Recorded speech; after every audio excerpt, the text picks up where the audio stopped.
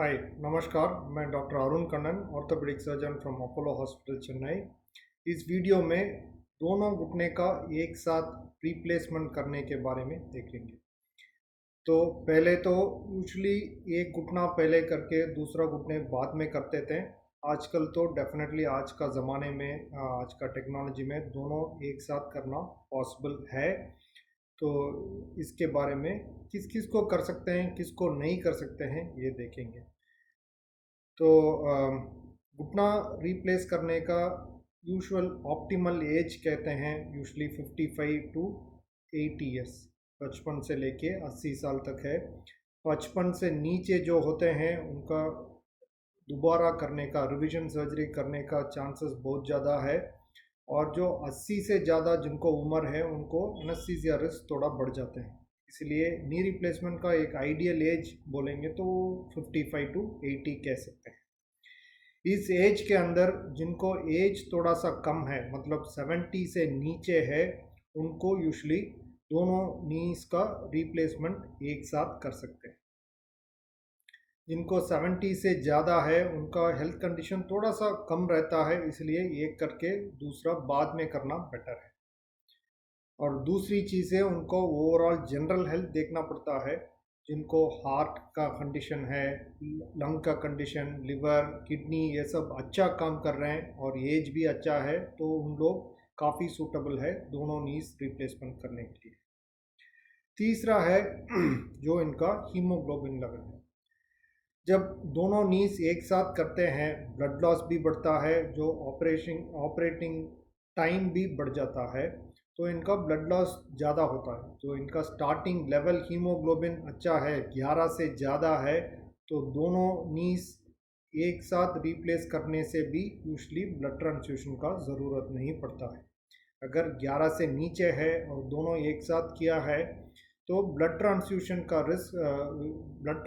का ज़रूरत यूजुअली पड़ सकता है। इसीलिए जिनको हीमोग्लोबिन पहले से कम है उनको स्टेज्ड वाइज नी रिप्लेसमेंट करते हैं, मतलब एक पहले करते हैं, दूसरा कुछ दिन के बाद या कुछ महीनों के बाद करते हैं।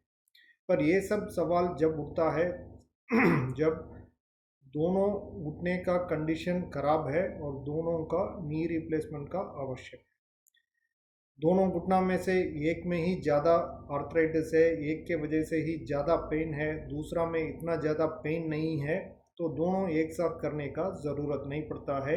एक पहले करेंगे, दूसरा जब दिक्कत करेगा तब कर सकते हैं। एक छोटा सा एग्जाम्पल है, इनका एज तो अराउंड 65 था, मतलब 70 से नीचे था, और दोनों घुटना में काफ़ी प्रॉब्लम था। अब देख सकते हैं दोनों घुटना में टेढ़ापन काफ़ी है और स्टिक के सहारा के साथ ही चल पा रहे हैं। तो इनको दोनों नीज का रिप्लेसमेंट करने का ज़रूरत है।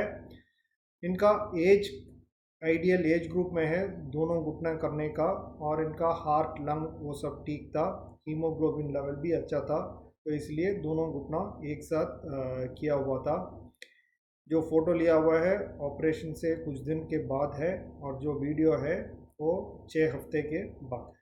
और आप देख सकते हैं दोनों घुटना एक साथ करने के बाद भी अच्छा चल पा रहे हैं 6 हफ्ते। पर ये सबको पॉसिबल नहीं होता है।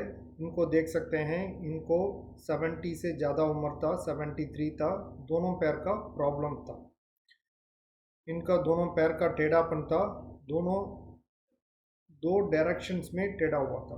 एक तो बाहर के तरफ मुड़ गया था, दूसरा घुटना अंदर के तरफ मुड़ गया था। इसको विंडस्वेप्ट डिफॉर्मिटी कहते हैं। तो इसके वजह से इनका बैलेंस में काफ़ी प्रॉब्लम था।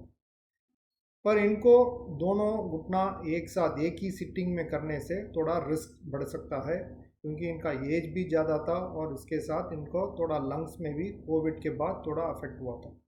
तो इसीलिए इनको क्या किए थे, एक घुटना जो ज़्यादा प्रॉब्लम था, राइट घुटना, उसको पहले किए थे, और सेकंड जो लेफ़्ट घुटना है वो रिकवर होने के बाद किए थे।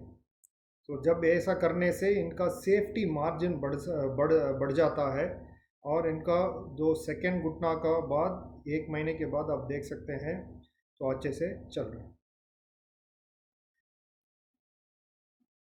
तो दोनों घुटना रिप्लेस करना डेफिनेटली पॉसिबल है, पर उसके लिए कुछ कंडीशंस होते हैं।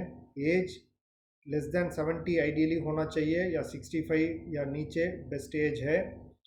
इनका general condition heart, lung, kidney, liver ये सब अच्छा होना चाहिए। और तीसरा है इनका हीमोग्लोबिन लेवल भी अच्छा होना चाहिए। जब ये सब कंडीशंस है तो दोनों घुटना एक साथ करके सक्सेसफुल रिजल्ट मिल सकता है। पर जब ये सब एक साथ नहीं आ रहे हैं, एज ज़्यादा है या हार्ट का कुछ प्रॉब्लम है या हीमोग्लोबिन कम है, एक पहले करके दूसरा कुछ महीनों के बाद करना सेफ है। Thank you.